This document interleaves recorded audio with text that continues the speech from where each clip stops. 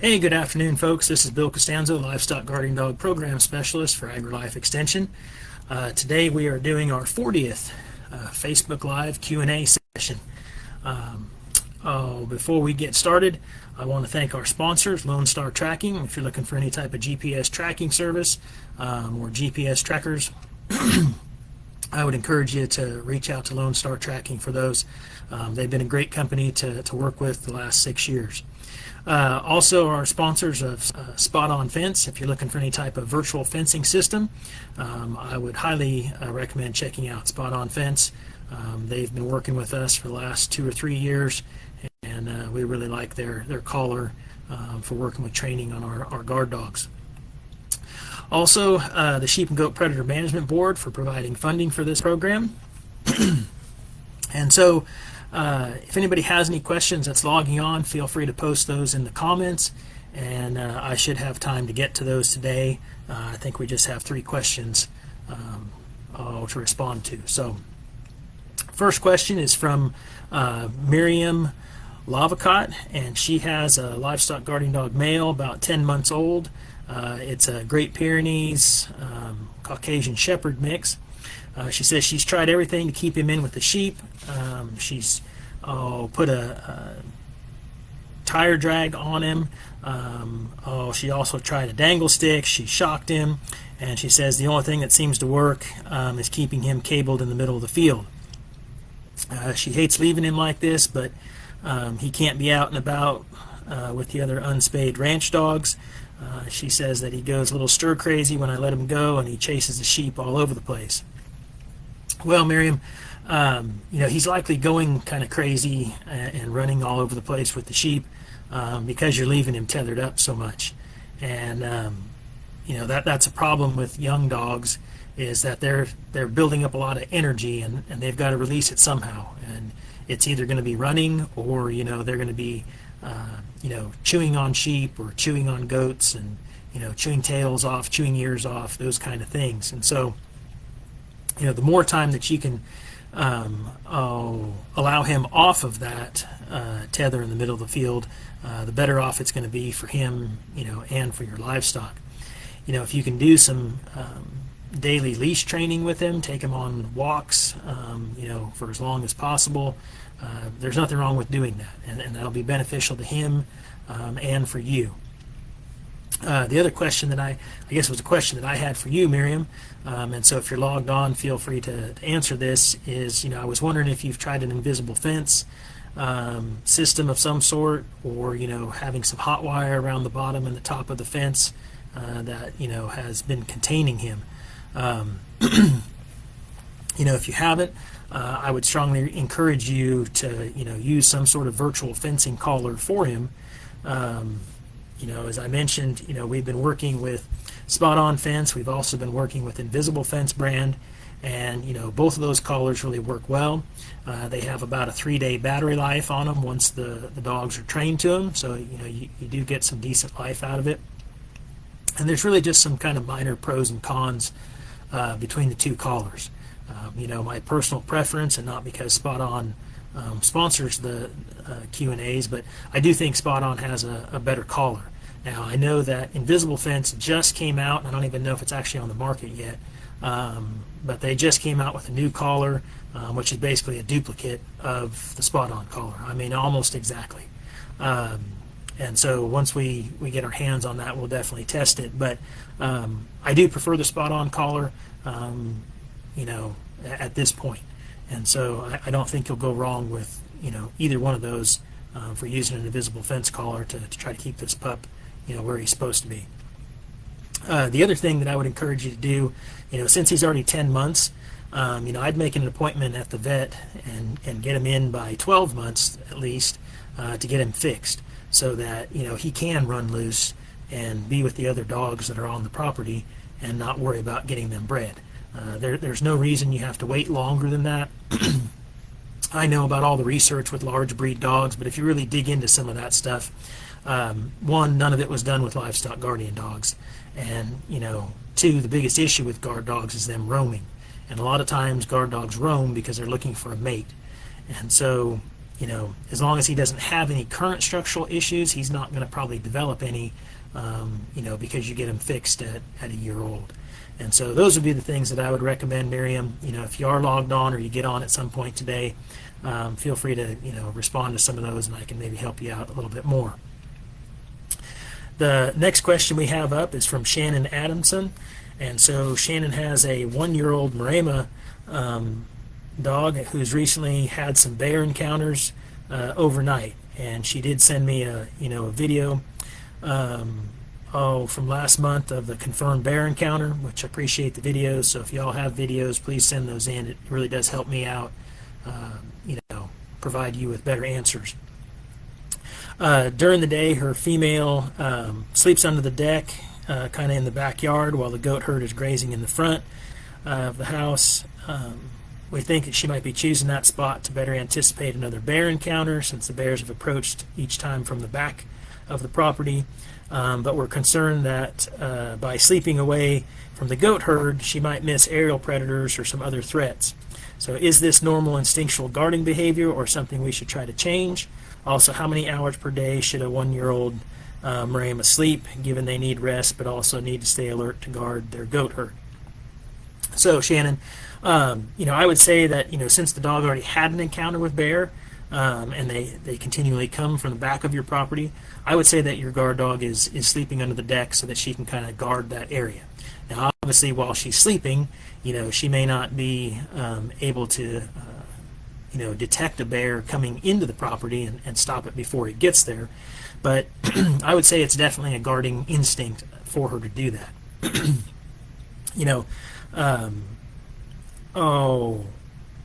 As far as how much she should be sleeping, I don't know that I have a specific answer for you. Younger guard dogs are definitely going to sleep more than older dogs because they're still growing. And, their body's going through a lot of changes, still developing. Even though she's a year, she still has, at least another 6 or 7 months to, before she's going to be fully mature. And so she just needs that extra rest. This is one of the few times, even though you have a small piece of property, that I would probably recommend getting a second guard dog, as soon as this one gets fully mature. I wouldn't get one sooner, but, once this dog gets to be 18 months, 2 years, I would definitely get a second guard dog. Maybe an older bonded pup that's 8 or 10 months old, because a single dog is not going to be able to challenge, a bear threat. You're going to need more than one dog, Shannon. And so, like I said, I generally don't recommend more than one dog on a small piece of property, but when you have large predators like bears or mountain lions or wolves or all three, you definitely need more than one dog, even on a small piece of property. Okay? So, kind of moving along with that, what breeds, since you already have a Maremma, I would look at getting, maybe a different type of breed, maybe like an Akbash, that's going to be maybe a little bit more canine aggressive, maybe a little more aggressive towards outside threats to livestock. And the Akbash will be a little bit more of a floater dog. And, so your Maremma will probably stay closer to the herd, where your Akbash will kind of float between the herd and the perimeter of the property. And hopefully, kind of head off a bear attack before it happens, and then the Maremma can kind of show up and help out your Akbash, for instance, if that's what you decide to get. The other thing nice about Akbash, is they've got short hair, and so and in most parts of the country, you didn't say where you're from, but if you're from the lower half of the U.S. where you get some heat and warm days, it'll make life a lot easier for the dog and less grooming for you as well. Even though your young dog is sleeping, they are on alert, and if they hear sounds that aren't supposed to be there, I'm fairly sure that she's going to react quick enough to that to at least let you know that there's another bear on the property. So hopefully that helps you out. If you need anything else, feel free to just shoot me an email or a private message on Facebook or something, and I'm happy to help you out some more. Next up, we have a question from Leslie Warner. She had emailed me this, and so Leslie's brand new to guard dogs, and they've got about 30 goats and sheep. in Michigan. And so her biggest concern is uncontained pet dogs, actually. So in June, they got a 1-year-old spayed Pyrenees Anatolian Spanish Mastiff cross that was born and raised with goats. They have her in with their rams right now, and they've been very happy with how she's doing. Says that the dog seems to be part of the herd, but I want to have realistic expectations as well. I'm planning to keep her with the rams for at least another 6 months before I put her in with her valuable females. They're running some dairy goats and Shetland sheep and some Boer goats. So Leslie's questions. They have an 8-year-old Springer Spaniel, and the two dogs have met through the fence and they coexist without a ton of interest in each other, she says. Should I let them interact more? I want to be proactive to prevent a fight if she were to get out, but I'm uncertain if I should allow dog play between the two, since I'm trying to discourage that behavior between the guard dog and the goats. Another question that she has is she's given her guard dog some toys. Is that okay? Dog stuffed animal type toys, or do stuffed animal type toys encourage bad behaviors with the kid goats and the lambs? And then her last question, if she's housed with the rams for the next 6+ months through the teenage phase,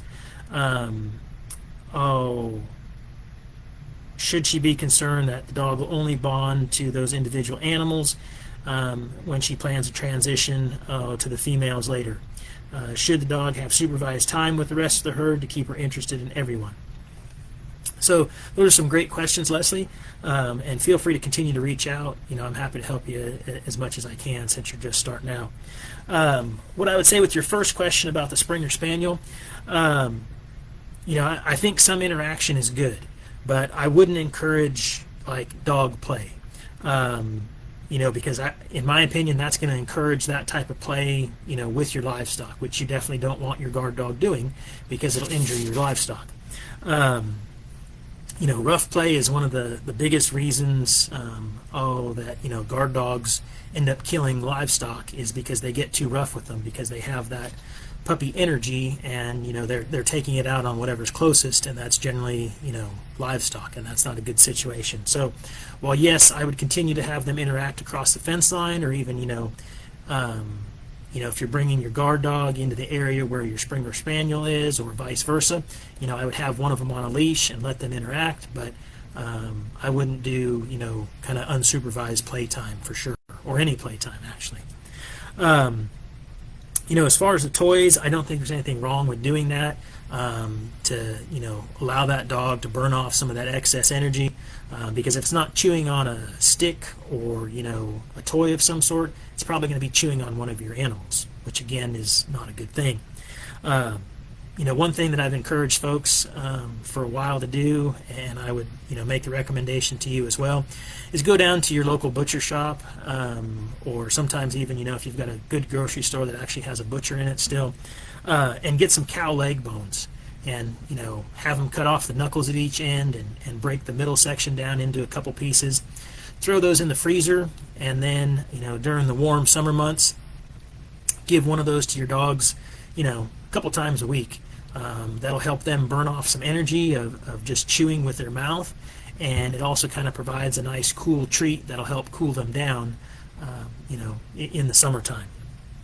And so the other thing too is that'll help keep down the mess, because guard dogs tend to chew up and make a big mess of most dog toys, because they aren't meant for giant dogs that have a strong bite and want to tear things up. A lot of times those toys have little plastic squeakers and stuff, and a guard dog can definitely easily swallow one of those, or swallow some of that stuffing, and then you can end up having a dog with an impacted intestine or stomach or something, and then it just causes more of a vet bill. So I like sticking with just cow leg bones. You can get the smoked ones from Tractor Supply, but they're awful expensive in my opinion, and I think you'd be better off just going to a local butcher and getting a bunch of leg bones. As far as your last question about keeping her only with your male livestock, yes, she is going to form a bond to only those animals. which is not what you want. You want your guard dog to bond to a species as a whole, and so it's really important that you rotate or swap out animals or move your dog to different areas so that they're forming those bonds with everybody. So I understand your concerns because you've got some high value females that you don't want the dog to injure, but I would definitely either bring her into the area where the females are, or allow her some time, or the dog some time back and forth between the female group and those males, so that she forms a bond to everybody and not just those male animals.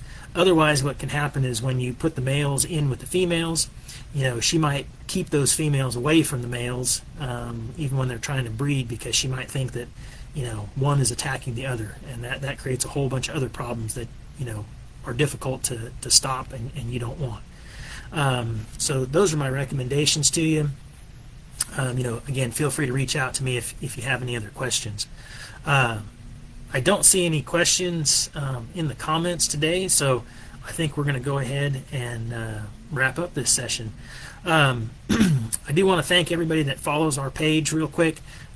We hit 12,000 followers today, so thank you very much for everybody that follows our page and recommends our page. I sure do appreciate that support.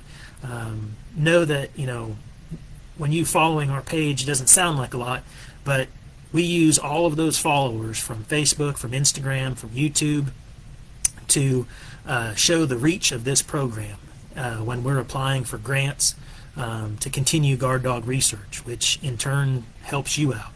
And so, I would encourage you to follow our page if you're not, and ask your friends to follow and recommend our page as much as you can.